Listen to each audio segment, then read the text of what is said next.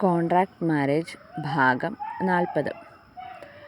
എൻ്റെ ചാനൽ ഇതുവരെ സബ്സ്ക്രൈബ് ചെയ്യാത്തവർ സബ്സ്ക്രൈബ് ചെയ്യണം. സ്റ്റോറി കേൾക്കുന്നവർ കമൻ്റ് ഇടണം. തന്നെ സംശയം നിറഞ്ഞ കണ്ണുകളോടെ ഒന്ന് രണ്ട് വട്ടം നോക്കിപ്പോകുന്നവനെ അവളും കാണുന്നുണ്ടായിരുന്നു. കുറച്ചു മുന്നേ ധന്യയുടെ അമ്മയുമായി താഴെ വെച്ച് നടന്നതൊക്കെ താൻ കേട്ട് കാണുമോ എന്ന് അറിയാനാണ്. തൻ്റെ മുഖഭാവത്തിൽ നിന്ന് അത് കണ്ടുപിടിക്കാൻ ശ്രമിക്കുന്നതാണ്. ഞാനുണ്ടോ അതെല്ലാം കണ്ട് ആസ്വദിക്കുകയാണ്. എനിക്കറിയണം ഈ മനുഷ്യൻ്റെ മനസ്സിൽ എന്താണെന്ന്. കുറേ നാളുകളായി എന്നിൽ നിന്ന് പലതും ഒളിക്കുന്നുണ്ട്. ഇന്നലെ വരെ കരുതി ആൾക്ക് എന്നോട് തീരെ സ്നേഹമില്ലെന്ന്. ഇപ്പോൾ പക്ഷേ മനസ്സിലായി ആളുടെ മനസ്സിൽ എവിടെയോ ഞാനുണ്ടെന്ന്. എന്താ ശിവേട്ട, എന്തെങ്കിലും പ്രശ്നമുണ്ടോ? എന്ത്, നീ എന്താ അങ്ങനെ ചോദിച്ചത്? ഏയ് വെറുതെ.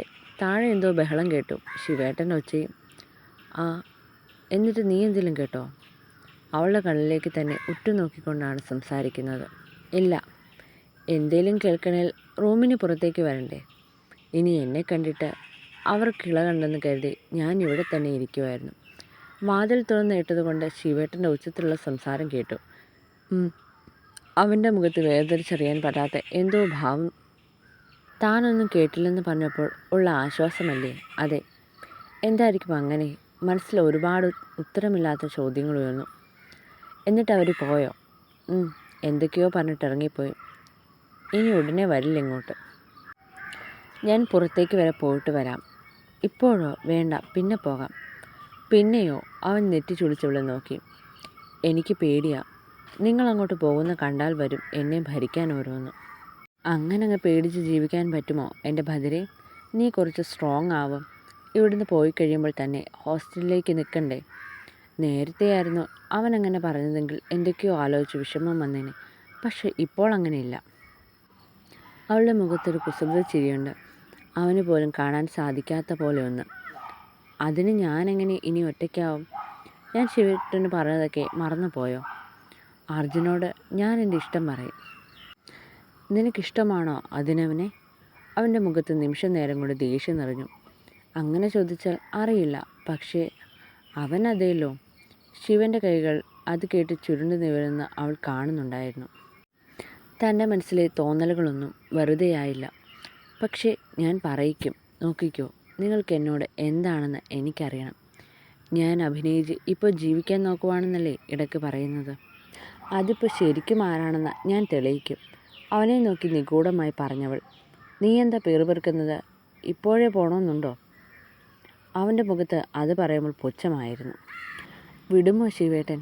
അവൻ്റെ കണ്ണിലേക്ക് തന്നെ സൂക്ഷ്മമായി നോക്കിക്കൊണ്ടാണ് അവൾ ചോദിക്കുന്നത്. അവൻ്റെ മുഖത്ത് ദേഷ്യമല്ല, ഇപ്പോൾ വേറെന്തോ. എന്താണെന്ന് മനസ്സിലാകുന്നുമില്ല. എന്തേ? എനിക്ക് പുറത്തു പോകണം. നീ ഇവിടെ ഇരിക്കുവോ അവൻ്റെ കൂടെ പോകുമോ? എന്താണെന്ന് വെച്ചാൽ ചെയ്യും. തൻ്റെ മുന്നിൽ ഉത്തരമില്ലാത്തത് കൊണ്ട് രക്ഷപ്പെടാൻ അവൻ മനഃപൂർവ്വം ഒഴിഞ്ഞു മാറിയിരിക്കുന്നു. ഭദ്ര ഒരക്ഷരം പോലും മിണ്ടിയില്ല തിരികെ.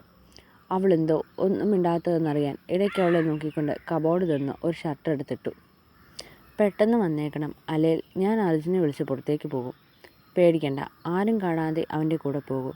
അല്ലേൽ ഇവിടെ ഉള്ളത് എന്തിനും ഏതിനും എൻ്റെ കുറ്റം കണ്ടുപിടിക്കാൻ നടക്കുന്ന നിങ്ങളുടെ വീട്ടുകാർ പറയും ഞാൻ ആരുടെ കൂടെ കറങ്ങാൻ പോകുവാണെന്ന്. അത് പറയുമ്പോൾ അവളിൽ ചിരിയായിരുന്നു. താൻ പറയുന്നത് എന്താണെന്നും അത് ഏത് രീതിയിൽ അവന് കൊള്ളുമെന്നും ഉറപ്പിച്ചുകൊണ്ടുള്ള സംസാരമായിരുന്നത്. അത് കൊള്ളേണ്ടടുത്ത് കൊണ്ടെന്നും കബോർഡ് വലിച്ചടയ്ക്കുന്ന ശബ്ദം കേട്ടപ്പോൾ തന്നെ മനസ്സിലായി. ഭദ്ര ഇതെല്ലാം കണ്ട് വെറുതെ ഫോണിൽ നോക്കിയിരിക്കുവാണ്. ഇടയ്ക്ക് പുറത്തേക്ക് പോകാൻ ഒരുങ്ങുന്നവനെ നോക്കുന്നുമുണ്ട്. കമ്പനി കൂടാൻ വല്ലതും പോകുവാണോ? കമ്പനിയോ? ആരുമായി? അല്ല, നാട്ടിൽ വന്നതല്ലേ, ഇവിടെ ഫ്രണ്ട്സൊക്കെ കാണില്ലേ, അവരുടെ കൂടെ. ആൺപിള്ളേരൊക്കെ ഇങ്ങനെയല്ലേ സ്വന്തം വീട്ടിൽ വരുമ്പോൾ. അതിന് ഞാൻ പോകണമെന്നുണ്ടോ? എല്ലാവരെയും പോലെയാണോ ഞാൻ? നിങ്ങൾക്കെന്താ പ്രത്യേകത? താടിക്ക് കൈ കൊടുത്ത് ഒരു നിമിഷം ആലോചനയോടെ ഇരുന്നവൾ. ആ, ഇപ്പം മനസ്സിലായി. നിങ്ങൾ വലിയ കമ്പനി മുതലാളിയൊക്കെ അല്ലേ. ലോക്കൽ കമ്പനിയൊന്നും കാണില്ലല്ലോ. ഇല്ല, എനിക്കൊരു താല്പര്യവുമില്ല. അത് നല്ലതാ.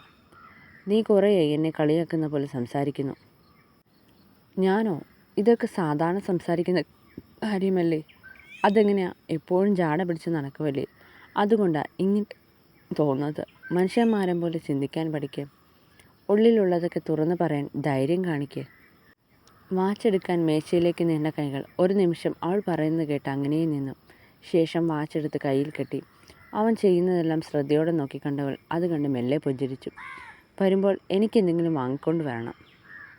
അവനൊന്നും മിണ്ടിയില്ല. പതിവില്ലാതെയുള്ള അവളുടെ സംസാരം അവനെ ഒരു നിമിഷം നിശബ്ദനാക്കി. മറക്കല്ലേ. അവൻ പുറത്തേക്ക് ഇറങ്ങുന്നത് കണ്ട് ഒന്നുകൂടി ഓർമ്മിച്ചതും അവൾ വേഗത്തിൽ നടന്നു നീങ്ങി. അവളുണ്ടോ മുകളിൽ? അവനോ? ചന്ദ്രികയോട് ചോദിക്കുന്നതിനൊപ്പം അയാളുടെ കണ്ണുകൾ മുകളിലേക്കൊന്ന് നീണ്ട് ശേഷം മുറിയിലേക്ക് നടന്നു. പിന്നാലെ ചന്ദ്രികയും. ശിവൻ പുറത്തേക്ക് പോയി. അവളുണ്ട്. എന്താ ഏട്ടാ? എനിക്ക് ചോദിക്കാനും പാടില്ലേ? അയാൾ ദേഷ്യത്തോട് ചോദിച്ചതും ചന്ദ്രിക പിന്നെ ഒന്നും മിണ്ടാൻ പോയില്ല. രാജി വന്ന കാര്യം പറയാനും പോയില്ല. പറഞ്ഞാൽ അവനോട് പോയി വഴക്കുണ്ടാക്കും. അമ്മ ഇവിടെ ഇല്ലാത്തത് കൊണ്ട് വേറെ ആരും പറയുകയില്ല. ഇനി രാജി പറയുമോ? അതിന് വഴിയില്ല. ഒന്നാമതേ ശിവനെ പേടിച്ചാണ് പോയത്. അതിൻ്റെ കൂടെ ഇനിയൊരു പ്രശ്നത്തിന് പെട്ടെന്ന് നിൽക്കില്ല. എന്നാലും ഭദ്രയെ കൊല്ലാൻ തന്നെ ആയിരിക്കുമോ ചേച്ചി? ഒരു നിമിഷം ഭദ്രയുടെ മുഖം മനസ്സിലേക്ക് വന്നു. ശിവൻ അതിനെ ശരിക്കും കല്യാണം കഴിച്ചതാണെങ്കിൽ അവളെ ആരും നോവിക്കാൻ അവൻ സമ്മതിക്കില്ല. അവൻ്റെ സ്വഭാവം വെച്ച് അവന് പ്രിയപ്പെട്ടത് അവൻ്റെ മാത്രമാണ്. ധന്യ അവന് താല്പര്യമേ അല്ലായിരുന്നു. എല്ലാവരും കൂടി അവൻ്റെ ജീവിതത്തിലേക്ക് ബലമായി അവളെ കൊണ്ടുവരാൻ ശ്രമിച്ചതാണ്. ഭദ്രയുടെ മുഖം കാണുമ്പോൾ അവളെ അവൻ്റെ ജീവിതത്തിൽ നിന്ന് ഒഴിവാക്കാൻ എനിക്കൊട്ടും ആഗ്രഹം തോന്നുന്നില്ല. ഒരു പക്ഷേ അവനുമായി കൂട്ടിച്ചേർക്കാൻ ശ്രമിക്കുന്ന ബന്ധത്തേക്കാൾ എത്രയോ നല്ലതായിരിക്കും ചിലപ്പോൾ ഭദ്ര അവൻ്റെ ജീവിതത്തിൽ വന്നത്. നിന്ന് സ്വപ്നം കാണാതെ എനിക്ക് ചോറെടുത്ത് വെക്കാൻ നോക്ക്. ചന്ദ്രിക പെട്ടെന്ന് അയാളുടെ ശബ്ദം കേട്ട് അടുക്കളയിലേക്ക് പോയതും അയാളുടെ മനസ്സ് നിറയെ ദേഷ്യമായിരുന്നു. ഏത് നിമിഷവും അത് ഭദ്രയുടെ മേൽ തീർക്കാൻ കാത്തു നിൽക്കും പോലെ. ഇന്ന് ഭദ്ര കുളി കഴിഞ്ഞിറങ്ങി വരുമ്പോൾ കാണുന്നത് തനിക്ക് നേരെ ഒരു കവർ വെച്ച് നിരുന്ന ശിവനെയാണ്. ഇതെന്താ? ആദ്യം പിടിക്കുന്നേ, എന്നിട്ട് തുറന്നു നോക്ക്. അവൻ ഗൗരവത്തിൽ പറഞ്ഞതും ഉള്ളിലെ ചിരിയും സന്തോഷവും അടക്കി നിർത്തി അവൾ ആ കവർ കയ്യിൽ വാങ്ങി. ഭദ്രയുടെ മൂക്കിനടുത്തേക്ക് കവർ കൊണ്ടുവന്നതും നല്ലൊരു മസാല ദോശയുടെ മണം മൂക്കിലേക്ക് ഇരച്ചു കയറി. ദൈവമേ, ഇന്ന് മഴ പെയ്യുമോ? എനിക്ക് വേണ്ടി. അതും പറഞ്ഞു വിട്ടപ്പോൾ തന്നെ. കൂടെ വന്ന നാൾ മുതൽ ആവശ്യമുള്ളതൊക്കെ വാങ്ങിത്തന്നിട്ടുണ്ടെങ്കിലും ആദ്യമായാണ് അങ്ങോട്ടൊരു കാര്യം വേണമെന്ന് പറയുന്നത്. അവൻ്റെ മനസ്സ് അറിയാനുള്ള പരീക്ഷണങ്ങൾ ഒന്നായിരുന്നതും അതിൽ അവൻ ജയിച്ചിരിക്കുന്നു. ഞാൻ എന്തെങ്കിലും മേടിച്ചുകൊണ്ട് വരണമെന്ന് പറഞ്ഞത് വല്ല ചോക്ലേറ്റോ മറ്റോ ആയിരുന്നു. ഷർട്ട് മാറുന്നവനെ നോക്കിയവൾ പറഞ്ഞതും അവൻ ദേഷ്യത്തോടെ അവളെ തിരിഞ്ഞു നോക്കി. വേണ്ടെങ്കിൽ കഴിക്കണ്ട, എടുത്ത് കള. അരിശം കയറി ബാത്റൂമിലേക്ക് കയറിപ്പോകുന്നവനെ കണ്ട് ഒന്ന് പൊട്ടിച്ചിരിക്കാൻ തോന്നിയവൾക്ക്. ആഹാ, അങ്ങനെ അങ്ങ് കളയാൻ പറ്റുമോ? എൻ്റെ കെട്ടിയൻ എനിക്ക് ആദ്യമായി വാങ്ങിത്തന്നതല്ലേ, അതും ഞാൻ ആഗ്രഹം പറഞ്ഞപ്പോൾ തന്നെ. ഭദ്ര കഴിക്കുന്നത് കണ്ടാണ് ശിവൻ മുറിയിലേക്ക് വരുന്നത്. അവളെ ഒന്ന് നോക്കിയിട്ട് അവൻ ലാപ്പും എടുത്ത് ബെഡിലേക്കിരുന്നു. ഇടയ്ക്ക് അവൾ പോലും അറിയാതെ അവളെ നോക്കുന്നുമുണ്ട്. അല്ല ശിവേട്ട, ഞാനൊരു കാര്യം പറയട്ടെ? പറ്റുമെങ്കിൽ മതി കേട്ടോ. രാത്രിയിൽ കിടക്കാനായി വന്നതും ഭദ്ര അവനോട് പറഞ്ഞു. എന്താ? മസാല ദോശയുടെ കാര്യം പറഞ്ഞപ്പോൾ മുതൽ അത്ര തെളിച്ചുമില്ല ആൾക്ക്. ഞാനത് കാര്യമാക്കാനും പോയില്ല. വരട്ടെ, എവിടം വരെ പോകുമെന്ന് നോക്കാം. എന്താ, ഒന്നും പറയാനില്ലേ? നാളെ എനിക്കൊരിടം വരെ പോകാനുള്ളതാ. നേരത്തെ കിടക്കണം. ഇപ്പോഴും പിണക്കമാണോ അവനോട്? എന്തിന്? അവളുടെ മുഖത്തേക്ക് നോക്കാതെ മറ്റെന്തോ ചെയ്യും പോലെ നിന്ന് പറഞ്ഞു. നാളെ നമുക്ക് എൻ്റെ വീട് വരെ ഒന്ന് പോയാലോ? അമ്മയുടെ ബാക്കി ചടങ്ങൊക്കെ ചെയ്യണം.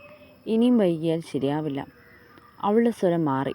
അത്രയും നേരമുണ്ടായിരുന്ന ചിരിയൊക്കെ അവളിൽ നിന്ന് അകന്നുപോയി. ശിവൻ ചെരിഞ്ഞ് അവളുടെ മുഖത്തേക്ക് നോക്കി. നാളെ തന്നെ വേണമെന്നില്ല, അടുത്ത ദിവസങ്ങളിൽ എപ്പോഴെങ്കിലും.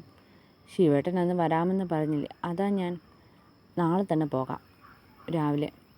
നീ കിടക്ക്. അത്രമാത്രം പറഞ്ഞവൻ ബെഡിലേക്ക് കിടന്നു. അവൻ്റെ അടുത്ത് കുറച്ച് മാറി അവൾ കിടന്നതും മനസ്സിലേക്ക് 1000 ചിന്തകൾ കടന്നു വന്നു. അന്നത്തെ രാത്രി അവൾക്ക് ഉറങ്ങാനേ കഴിഞ്ഞില്ല. എന്തൊക്കെയോ ചിന്തകളിൽ കടന്നുപോയി. തിരിഞ്ഞും മറിഞ്ഞും എങ്ങനെയൊക്കെയോ നേരം വെളുപ്പിച്ചവൾ. അമ്മ, അതൊന്നും തനിക്കൊരു വലിയ നഷ്ടം തന്നെയാണ്. ഇനി ഒരിക്കലും തിരിച്ചു കിട്ടാത്ത തൻ്റെ നിധി. പക്ഷേ അവളുടെ അമ്മയ്ക്ക് പകരം അവൾക്ക് ദൈവം മറ്റൊരു നിധിയെ കൊടുത്തിരുന്നു. ഇനിയുള്ള കാലം അവളെ ജീവനായി കൊണ്ടു നടക്കാൻ ഒരുവൻ. അവളെ മറ്റൊരാളെ കൊണ്ട് വേദനിപ്പിക്കാൻ സമ്മതിക്കാതെ പൊതിഞ്ഞു പിടിക്കുന്ന ഒരുത്തൻ. അവളുടെ പ്രാണൻ തന്നെ ഇനി അവനല്ലേ? കർമ്മി പറഞ്ഞു കൊടുക്കുന്നത് പോലെ ഓരോന്ന് ചെയ്യുമ്പോൾ അവളുടെ നെഞ്ചു വല്ലാതെ വിങ്ങി. അടുത്ത് നിൽക്കുന്ന ശിവൻ അവളെ തന്നെ നോക്കി നിൽക്കുവാണ്. അവൾ ചെയ്യുന്നത് ഓരോന്നും ശ്രദ്ധിച്ചു നിൽക്കുമ്പോഴും അവൻ്റെ മനസ്സ് മറ്റെവിടെയോ ആയിരുന്നു. ഭദ്രയ്ക്ക് എല്ലാം കഴിഞ്ഞ് തിരിച്ചു വരുമ്പോൾ എത്ര പിടിച്ചു വെച്ചിട്ടും കരയാതെ ഇരിക്കാൻ കഴിഞ്ഞില്ല. അമ്മയുള്ള നാളുകൾ, അമ്മയുടെ കൂടെയുള്ള വർഷങ്ങൾ, അതൊന്നും ഒരിക്കലും മറക്കാൻ കഴിയില്ല. ഇനി ഒരിക്കലും അതൊന്നും തിരിച്ചു കിട്ടില്ല, ഒരിക്കലും. ജീവിതം അങ്ങനെയാണ്. എത്ര അടക്കി പിടിച്ചാലും എന്നെങ്കിലും ഒരിക്കൽ നമ്മളെ വിട്ട് അവർക്ക് പോകേണ്ടി വരും. ഈ ജീവിക്കുന്ന നാളുകൾ മാത്രമാണ് നമ്മുടെ മുന്നിലുള്ളത്. ഭദ്രയുടെ കണ്ണുകൾ വല്ലാത്ത വേദനയുടെ പുറത്തേക്ക് നീണ്ടു. ജീവിതത്തിൽ ഇനി എന്നും തുണയായവനെപ്പോൾ അവൾ യാത്ര തുടർന്നു.